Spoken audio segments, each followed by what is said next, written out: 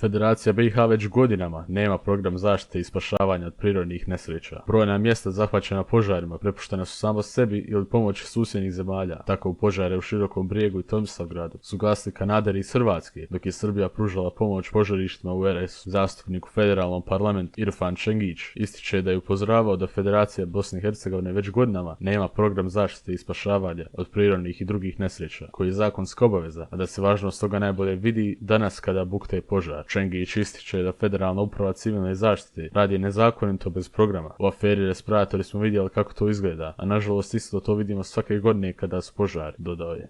Ova reakcija stiže nakon što je vlada Federacije Bosne i Hercegovine danas zatražila od Federalne uprave civilne zaštite da sačini informaciju o potrebi nabavke letjelica za zaštitu i spašavanje ljudi i materijalnih dobara. Hitna sjednica federalne vlade je održana s ciljem upoznavanja informacija o požarima na više lokaliteta u Federaciji BiH. U svibnju 2018. godine je kreiran program razvoja zaštite i spašavanja ljudi i materijalnih dobara od prirodnih i drugih nesreća za razdoblje 2018. do 2025. godine, koji nažalost nikada nije usvojen, prenosi Kliks. Upravo jedan dio programa govori o razvoju sustava zaštite i spašavanja i zaštite od požara vatrogastva. Brojna mjesta zahvaćena požarima prepuštena su samo sebi ili pomoći susjednih zemalja. Tako u požare u Širokom Brijegu i Tomislavgradu su gasili Kanaderi iz Hrvatske, dok je Srbija pružala pomoć požarištima u RS-u. No područja poput Konjica, Jablance, Čapine, Neuma su ostavljena na cjedilu s obzirom da nisu dobili ni pomoć oružanih snaga BiH u vidu helikoptera za gašenje požara iz zraka, a razlog za to je član predsjedništva BiH Milorad Dodik, koji ne želi dati saglasnost zbog odluke stranaka iz RS-a da bojkotuju učešće u radu institucija BiH